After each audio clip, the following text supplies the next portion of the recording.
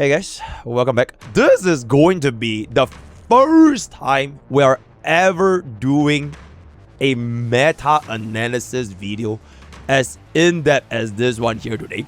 We are essentially going to be talking about the real meta-analysis for Dahlia, never ever conducted in the history of HSR, because with Dahlia also marks the final unit of version 3 before we go into version 4, right? So you might be wondering, what exactly is this meta-analysis? Is it her abilities to do a zero cycle? Is it her abilities to work with different DPSs within the Super Rig category? Is it whether or not she can make Super Rig a competitive team comp compared to our Remembrance as well as Final Flagship? Well, it is none of those, right? Without further ado, the real reason why we're here today is to basically take a look at the real meta-analysis for these groups of units in which we have painstakingly picked out for ourselves, right? So we just kind of want to see how Dahlia actually compares to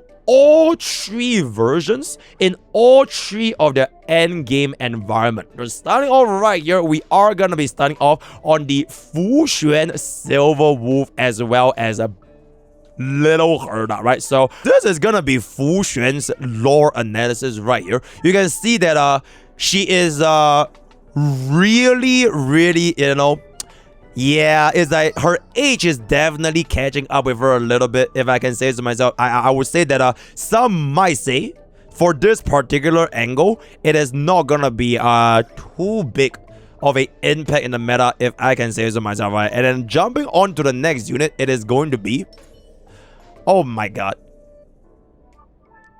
bro's jacket is bigger than her. Okay, respectively, Silver Wolf's thing is so small, I physically cannot see it. It doesn't exist. Oh, I guess it does. Oh, this little thing over here, right? Oh, this little thing. Okay. So Silver Wolf right here is gonna be right here, but it is like barely borderline accessible. As it is for Fu Xuan, you can still kind of tell a little bit of the contour in that particular region. But I think Silver is like, bro, she needs to stop gaming, and she actually needs to go to the gym and then work out a little bit and eat more, right? Eat more, like stop like drinking gamers up. You can use using code with 10% off gamers up. And then next one we are gonna be having Herda. Okay, I feel like for a Clanger, she is actually not that far off from Fu Xuan. It's actually not too bad. I think that this is actually like better than Silver, because Silver is like, bro, she is just not putting in any effort whatsoever. Herda is actually not too shabby. And to compare these three categories, let's see how Dahlia fares against them.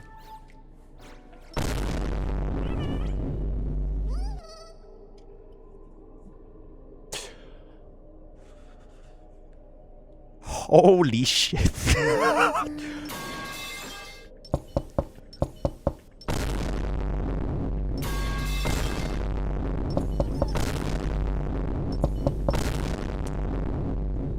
I am pretty sure her singular bosom, I'm pretty sure it's bigger than the entirety of Silver Wolf's head.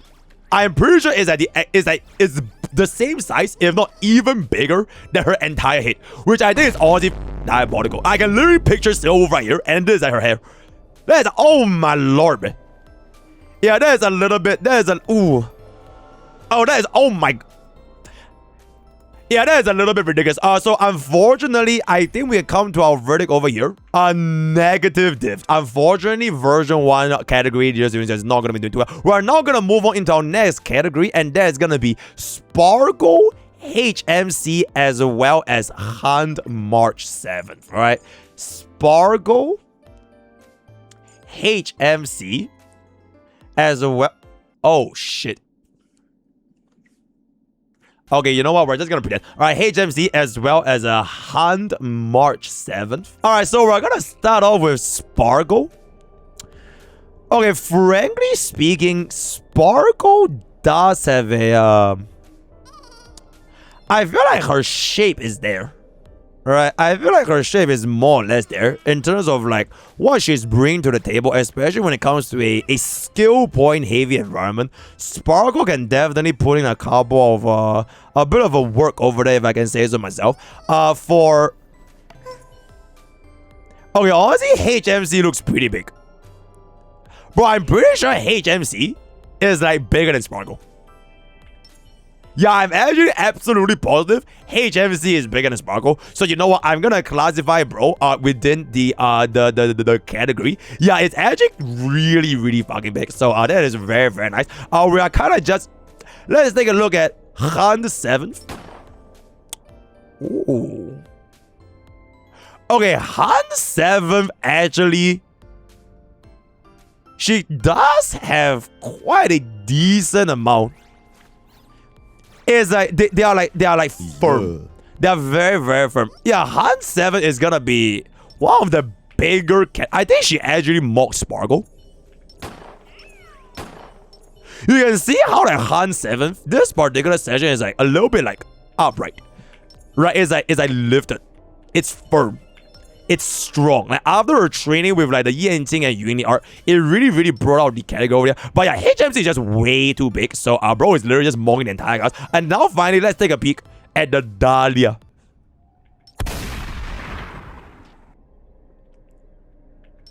Oh boy.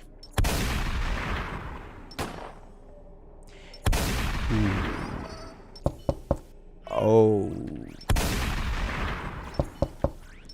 Oh my god, negative div, bro. Oh, actually negative div. Okay, not gonna lie. Bro, HMC low-key can kind of hold his own. A little bit. Because like the volume is at this point over here, right? If you switch out to Dahlia, it would have been at roughly this portion. So HMC actually low-key can hold it. Because this is chest, right? This is chest. We're not going to take it to the coat, but actually not too shabby for HMC, if I can say so myself. Then these two is just like, yeah, and then whatever. So with that, we're going to be coming to a conclusion. This is a neck to low diff. HMC carried. Next is going to be our Ceredra, Hyacinth, and D-Herda. Okay, Ceredra. I feel like for her particularly, it's like, oh my gosh, she's so cute. Just sneezed. Yeah, the little hair into the bow, it kind of floats around the shape of the curvature in that particular portion. And we can also see a little bit of this line over here. So I think version 3, even for like the smaller end, it's actually not too like this line. Right, this line over here that my arrow is at, that's actually giving her like a lot. Yeah, it's actually really not too shabby. I think it's actually not too shabby. So that is gonna be for our Ceredra for both lines. Next is gonna be Hyacinth. Oh. Okay, Hyacinth is literally like a nun. She has completely covered everything. Yeah, she has pretty much completely covered everything. Like a modest woman, if I can say so myself. So where is little Ika?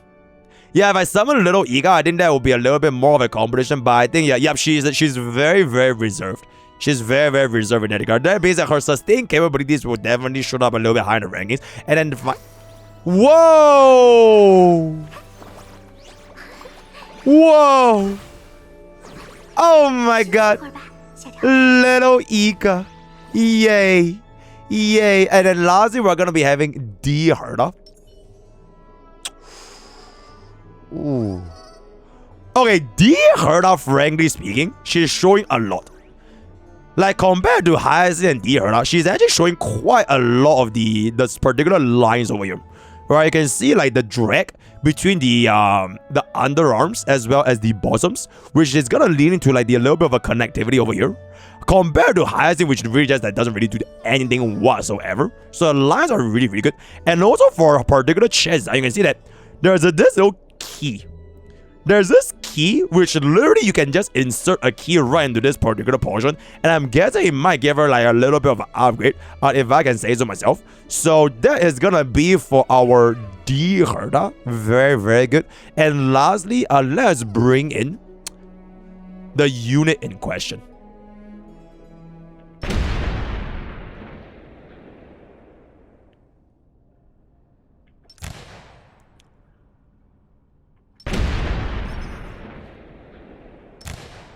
Oh my god. Yeah, unfortunately, she's not really gonna be cooking too hard over here. Oh. Ooh. Oh my god. Bro, this is some biblical levels of greed, bro. Bro took everything. Bro legitimately took everything from them. Oh my goodness. Oh my goodness gracious. Yeah, unfortunately, it does appear that I think our version 3 is gonna be belonging to the negative div category, right? It is just a little bit too big of a power gap between them. So with that, we're gonna come to the end of our first category of a real meta analysis comparison. Our next portion is gonna be the medium, right? The mediums of Honkai's Dahlia. First team is gonna be featuring our version 1, and unfortunately, just a little bit of heads up, there are way too many mediums, right? There are diamond and is that there are too many DPS and HSR. There are too many medium HSR. So for this portion, we kind of have to trim down our rankings a little bit. So we are gonna see Ranmei, Topaz, and Scylla from version 1. Alright, Ranmei. Okay, Ranmei is actually surprisingly big, actually. Yeah, it's actually decently big. It is not like massive, it's not huge, but it's honestly decently big. Especially for a version 1. You can even see like the definition of like the cleavage over here, right? Of like the partitioning over here.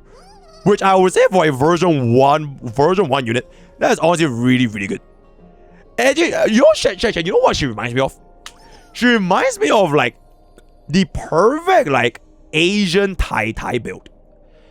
Yeah, like those like super ultra crazy rich Asians. They'll have like their pearls, they'll have their embroidery, they'll have all their jewelry, all that kind of stuff. And then like they're like within this caliber, they'll be having that little bit of the thingy over there. So I think Ranmei is actually not too shabby, right? She's not. Let's go to Topaz. Okay, Topaz by herself, as of where this stands, is pretty big, but unfortunately, it is all about proportions, and we kind of know where the majority of Topaz proportions went. So unfortunately, in terms of like the ratio, it got a little bit more balanced out, right? So I think she honestly, in a different life, Topaz probably could have been joining our large women, right? Our large category. But for this particular portion, yeah, I think it is still a really, really good amount though. Right? We have the lines connecting into the thing over here. I think that might be a little bit of them push-up support, just in case she's gonna fill out. And I think one very important aspect, if Nambi can kindly fuck off, is that you can see that the actual stitching for the clothes right here, they can barely cover this, right? Like this particular thing is like the buttons are kind of straining. So it does show that the volume on the upper body is actually on a decent amount, because this button is definitely struggling. She can barely even close this portion of the clothes over here. So I would say Topaz is also not gonna be that bad, if I can say so myself. Right? And lastly, we do have Scylla.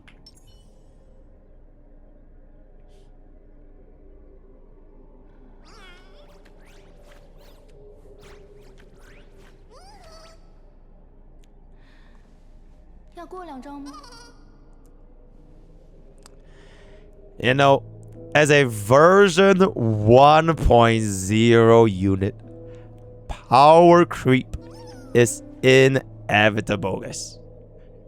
Power creep is inevitable. I think she actually is gonna be... Oh my god, I literally just realized she had a very similar design with Expedition 33.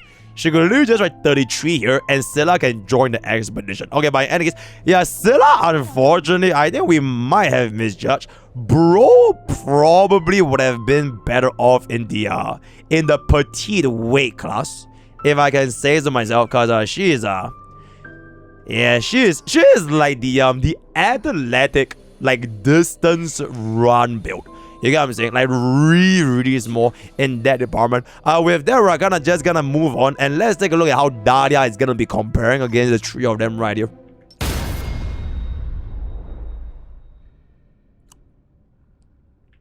Oh my god.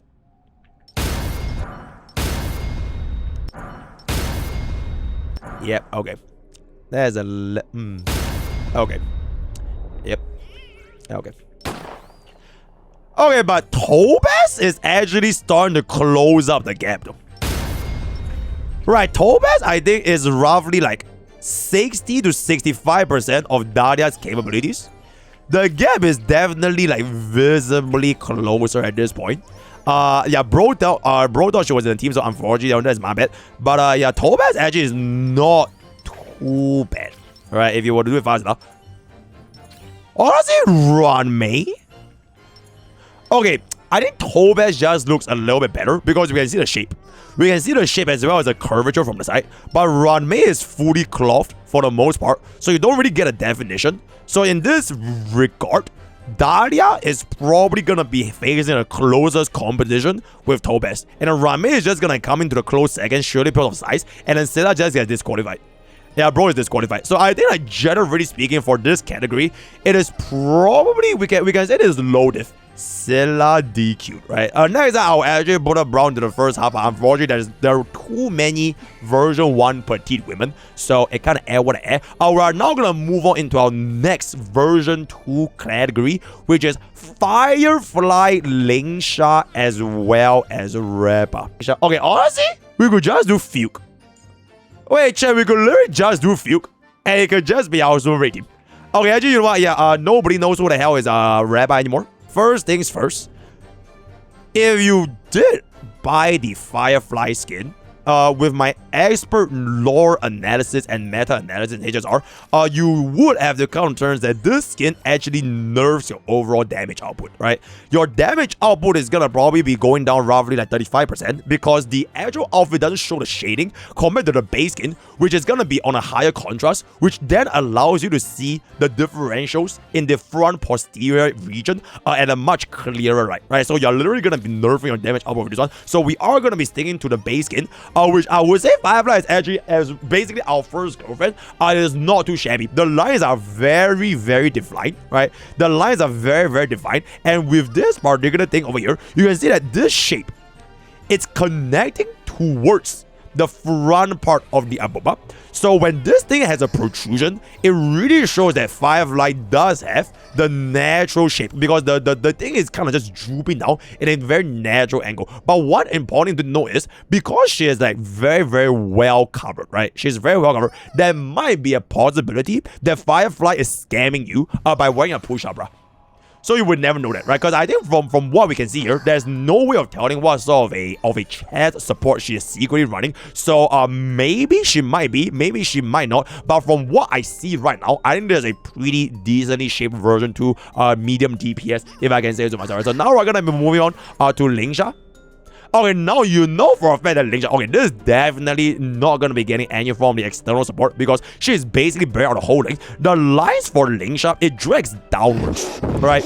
And if you guys know anything with like the natural female anatomy, our bobas will drag downwards, especially if they're all natural, right? It is just a natural process. So because this is like a very natural line of descension, and then for this line to connect to the armpits over here, I think Lingsha is gonna be at a pretty decent pace for medium, if I can say so myself, right? And okay, I think for this part, she might have used the new technology from Xianzhou, where like she used these two ropes over here, these two pieces of cloth, to bind the aboba a little bit tighter, but it's not upwards, so that you can get a little bit better visualization of like the cleavage over here, right? So I think generally speaking, Lingsha is honestly one of the better ones, right? One of the better ones, right? So very, very good, very, very nice. And now we are gonna be moving on.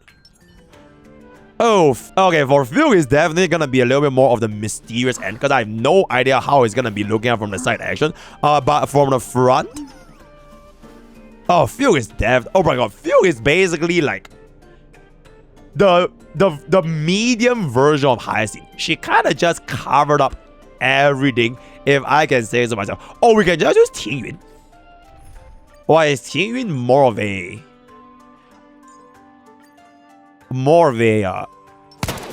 oh, okay, we can see like a little bit more.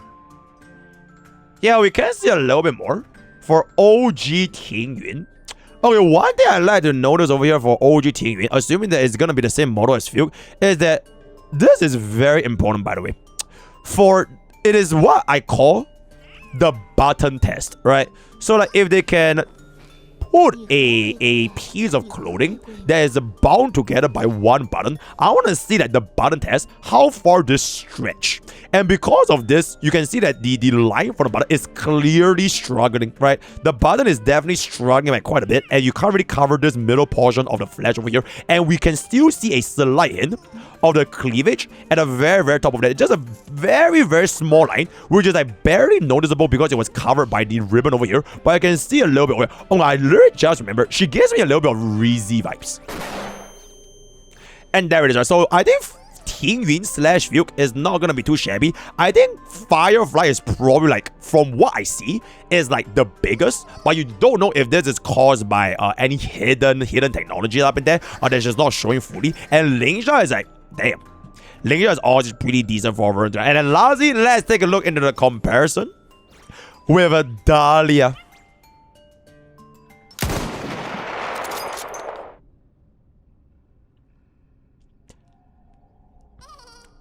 Oh boy. Yeah, unfortunately, it is.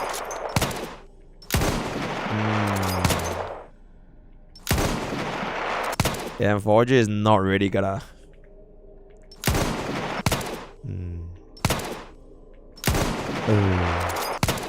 Okay, honestly, for Firefly, I can kind of see a little bit of the shape because, like, her sides protrude quite a little bit.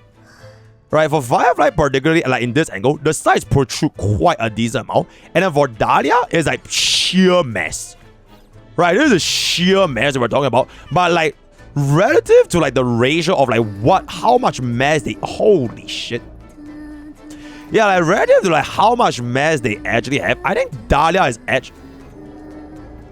Yeah, Dahlia is honestly just a little bit too outclassed for her own good. But I would say Firefly probably holds the closest comparison. These two are just probably not really gonna be doing too crazy, right? So I think with that we can come into the end of our version 2 analysis over here. That is gonna be, I think it's still low diff. I think it's still low. It's not too crazy because especially I think like particularly for Topaz, she really gave Dahlia quite a decent amount of competition over here. So I'm just gonna be classifying this as low diff. And now we are gonna be moving on to the last category of medium, and that is high excellence, Evernight, as well as Asterisk. So for high excellence, you can really see like the version 3 model, even though this is definitely not in the large category, it is, I would say this is definitely a standard size of medium. I think the design of this is very, very interesting because one thing I noticed about high excellence, right, is that her body is essentially water, right? This is essentially water with a rib cage inside. So theoretically speaking, if she were to just drink more water, who is to say that this thing can't come out? You know what I'm saying? She has the ability to basically manipulate this size to her own will. And I can see a world in which one day if she's feeling extra thirsty, this thing can basically just expand. Because the body is essentially connected by the same body of water, right? And I didn't know other unit H's can actually get it. So I think high excellence, the foundation is there. But from what I'm seeing in the current landscape, it is definitely going to be in the medium category over here. Also, very, very nice little...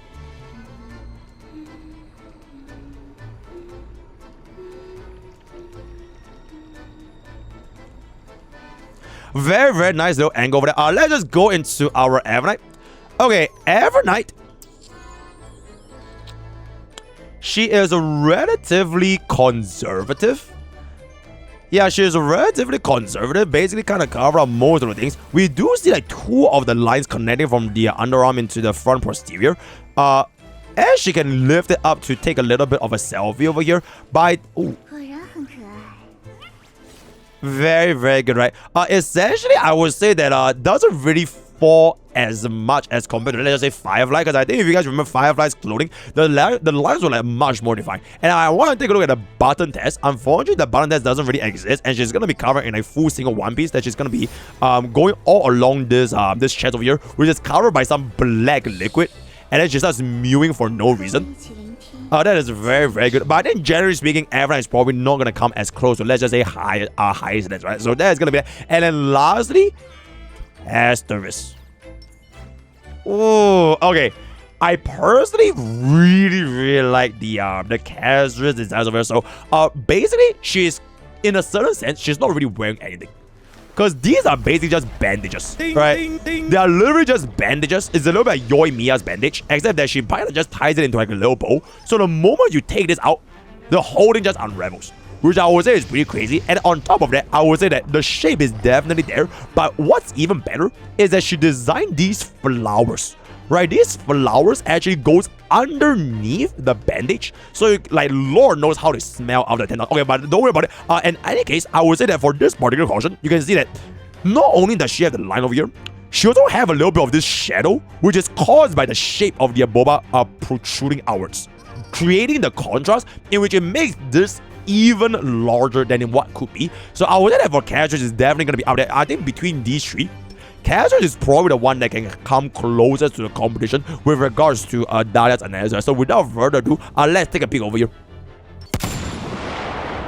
Okay, honestly, size aside, I feel like the shape as well as the density, I don't think it is that bad, at least for Casuals, because we can still see very, very well-defined shape, as well as this curvature, like, where is it? Right here, right here from this shape out. Dahlia is just a little bit, yeah, Dahlia is just little, like, nobody can compare in terms of size, right? So I kind of want to do. For Evelyn, it's just like, yeah, for Evelyn, it's just unfortunately not gonna be that close. So it is what it is. Highestness, I think, like I mentioned, if she decides to buff herself up by drinking more water, I can see this buffing herself into the large category to kind of compete with Aglaya. So generally speaking, I think Casual is probably the closest one, at least compared with the Dahlia. So I would say that for this category, before we move on to the large category, we can call this, alright, well, let's call this a lower div, right? This is gonna be that Casterist W, right? Very, very good. And now we are gonna be moving on into the final category of DPS, and that is gonna be the large DPS. For version 1, it is gonna be Himiko, Natasha, as well as Kafka, right? Our version 1s. Damn! Okay, this is like the 重级选手, right? The heavy hitters. The heavy hitters are finally here, so we have one of our first ever version 1 units, and that is gonna be definitely coming in with our Himiko. One thing about Himiko is that I think for their version 1 character models, they decided to censor this a little bit more, so you can see that we do see the cleavage line right here. The shape is definitely there, but if you want to move this into the middle, it goes away. Alright, they made it very, very subtle, right? You can't really see the exact contrast in this line. It's like super not obvious. But Himiko does have a massive plus point, which is a little mo, right? This is a little mo. It's like you're right at the edge of like teasing you to do a little bit more, but it's not quite enough to get you to the main course. So generally speaking, I think like for a version 1.0 DPS, I think large Himiko is definitely gonna be not too shabby. Also, a real maturity, because you can see this upper just definitely just shapes all the way down, right? So a Hex body is the best body. And let's go and do it in Natasha. Damn. Okay, bro, for Natasha, I think she is basically fully covered, but despite the fact that she is fully covered, her sheer mass refuses to be remaining hidden, right? The mask cannot be hidden, right? She wants to be like acting models, right? Don't really show anything. But because it is so big, I think it is very, very clear that she definitely has the volume required to step up into this particular thing over here. Oh my god. Oh my god, she's cuddling a teddy bear. Yippee. She's so nice. Yeah, but I think Natasha is one of those things that are just purely by the size of this thing, she's definitely gonna be a pretty decent comparison. And now lastly, let's take a look at her. Ooh. Okay, I think Kafka, hers is like, it's I think it looks like the most natural looking because it definitely droops like down like a little bit more, but it also can be considered by the fact that she's wearing this little cape belt thingy, which is like further pushing down the chest even further, right? And this portion, unfortunately, because you can't take off a coat. I wish we had taken off a coat like Fei Xiao, but this is pretty much as good as it gets. One good thing that they've decided is that they designed her with a white, right? They designed her with the white clothes, so with any sort of contrast, like for example, this shadow, right? This shadow you can see from this particular angle, it will really signify the shape by a lot more because it's a white clothing. If this was like any sort of a dark clothing, you probably wouldn't see the size that much, but because of the designs of this direction, it's pretty good. Unfortunately, I would have liked it if they made this a button and make the button like try to come out, right? The button test, right? But unfortunately, we didn't really pass the button test, so that is gonna be Kafka. Now let's take a look at Dahlia's comparison with them. Okay, it's actually kind of close though. Wait, it's actually legitimately... Okay, it's more like their volume kind of comes out to around the same place, but Dahlia's mass at here, it just doubles out. It doubles out.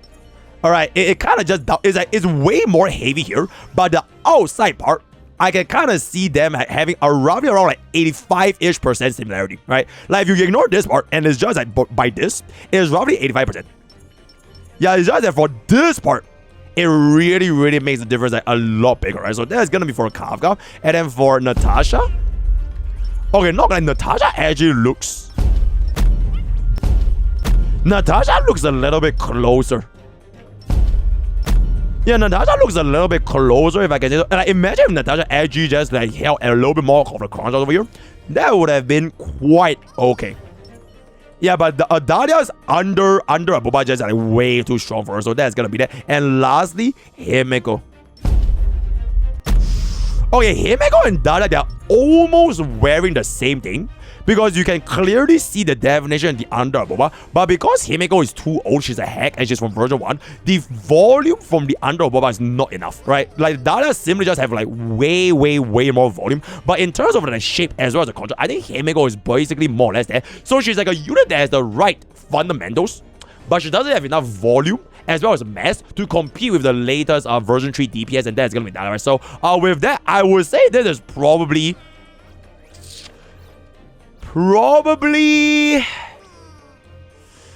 close. How do I say close, guys? I think this is mid-diff, right? Mid. So this is gonna be mid-diff. I think Himeko is probably one of the better ones. It's just that she's a little bit bound by the fact that it's gonna be Powercreep, so that's gonna be that. Next is gonna be our version 2, and that is gonna be Jade Black Swan as well as Acheron. Okay, Jade is definitely there as well. Okay, and also I think Jade is probably has one of the most riskiest the tops that we have actually seen, because this is sort of like a bralette, right? It's like a little bit of them lasers. I don't know if I've seen any other characters with this much of the exposure as it is back up in version 2. And if you were to look down, the shape is also definitely gonna be there, right? Yeah, that's really good amount of bounce as well. Okay, so I think Jade is setting a very close competition, at least compared to Dahlia. And I think for all the version ones, Jade is just kind of be definitely winning out the previous batch of category contestants, if I can say so myself, right? And then next up, it is going to be Black Swan. Okay, Black Swan, I know when she first launched, she was like deemed as like the Ara mommy, right? But I just want everyone to know, as Mr. HSR expert, Black Swan is actually not really known for the boba, a little bit similar to Tobes, because she is definitely way more known for her childbearing hips. There is this particular pose of Black Swan where she sits down. Bro, her hips are... I'm pretty sure Black Swan has... Okay, damn. I'm pretty sure this is one of, if not the widest hips that you're going to be seeing from the entire HSR universe. Absolutely insanely wide. Look at that. Look at that, right? So I would say that for Black Swan, she's going to be suffering from a little bit of a similar drawback compared to Tobes, where like Tobes is going to be held back by her bottoms, just like how Black Swan is probably going to be held back by the bottoms. So for her upper body, it's going to be taking a little bit more of it. So I would say that, for example, Black Swan Jade, I think Jade definitely has more volume. Yeah, Jade feels like she has more volume over here. You can clearly see that for this particular line is where Jade is still going, but Black Swan is kind of just rolling up over here, right? So that is going to be that for our Jade. And lastly, Acheron. Ooh. Okay, Agron, honestly, okay.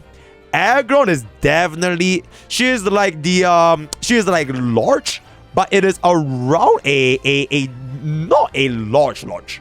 She's like a tight large. Like, she's very tight. She's a lot more conservative. And then, like, for this particular thing, I think she binds out the chest with this piece of fabric over here, so that she covers right at the cleavage, but you can still see that the line between the meat as well as the shadows over there, which I would say is not too shabby, right? But compared to, let's just say, Jade, I think Jade kind of just clears both. Like, these two are like not that big.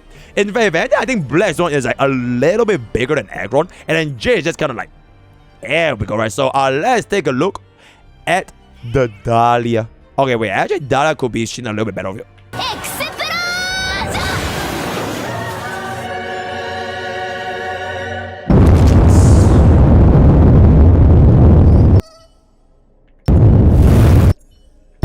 Okay, yeah, unfortunately, Dahlia just absolutely destroys Agron. There's just not really too much competition there. For Black Swan, which is her in-canon lore girlfriend.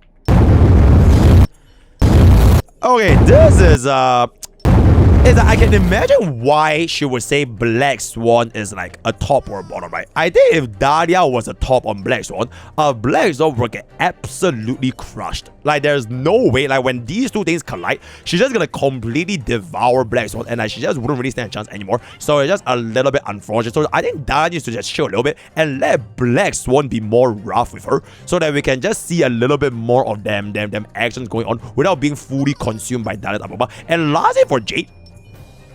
Okay, Jade is actually not too shabby.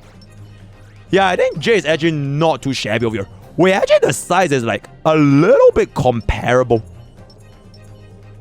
Okay, like, once again, Dahlia is gonna win out by this under Aboba from this particular portion. But like, the on top portion, I think Jade is kinda holding it. And we do have a little bit more of a contrast in this portion. But yeah, Dahlia's under Aboba is just way too strong. So I think at this point, I would say that I think version 1, especially Himiko and Kafka, I think they did a very, very good job. In fact, I think this is like low to mid diff. I think version 1 actually did a little bit better than version 2, personally speaking. So I would say this is low to mid diff. And lastly, we are gonna come into our final category of DBS, Cyrene, Aglaia, as well as.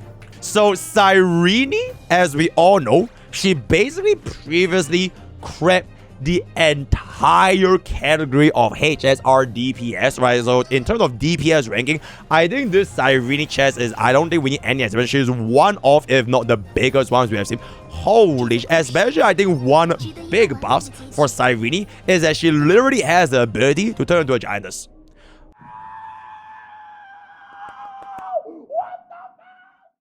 Right, she can literally turn into a giantess, so I don't even think we need any description. Like, if she chooses to activate her giantess form, nobody can win her. So that's pretty much gonna be that. Alright, Aglaia.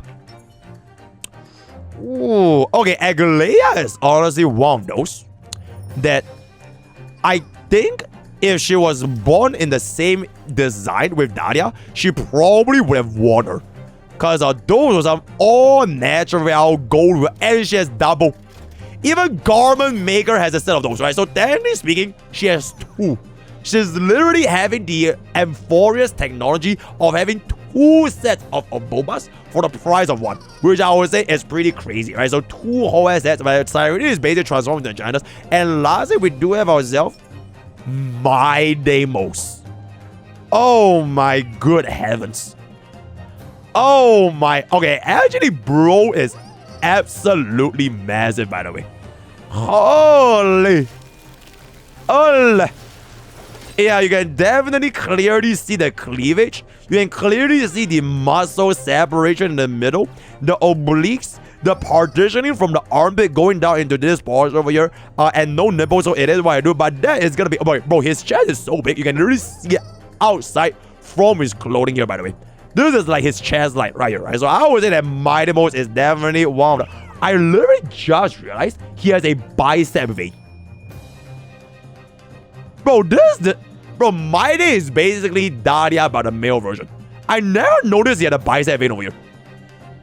This is like if you go to the gym and you flex, you have that line of bicep that comes around. I actually never ever noticed it, by the way. Never ever noticed. So that is actually really, really good. So that is gonna be for Mr. Mydei. And lastly, let's take a look at how we're gonna be faring with Dahlia.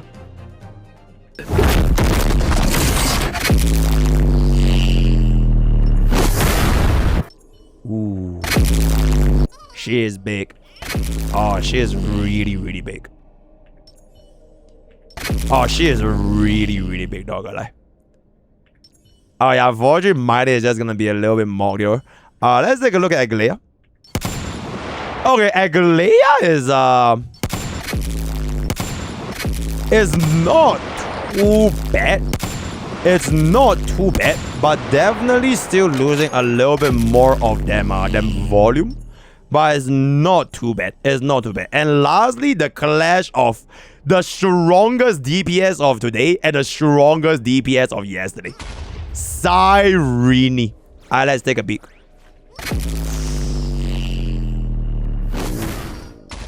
God damn. Bro, Dahlia actually just complete. Oh my goodness. Oh my goodness. The Dahlia is simply just way too big for us over here. Yeah, unfortunately, Dahlia is simply just way too big. I think at this point, we can kind of just say, I think this is probably closing towards like the low to mid. I think the only other unit that was like that close to Dahlia was unironically Himiko and Kafka. Like the version 1 OG Hex.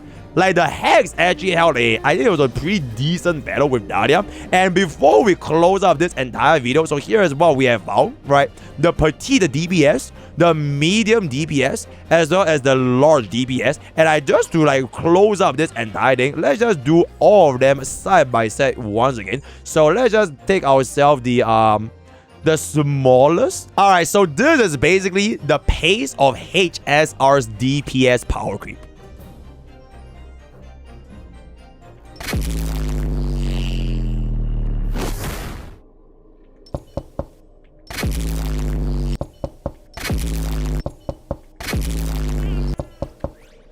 With that, we have come to the end of today's content. Let me know what you guys think of the most important DPS meta analysis for Dahlia. Word of the day is gonna be Powercreep. Join this, join this, go join the use code Poke for 10% off gamer subs. All the best for gacha boost, and I'll see you guys next time.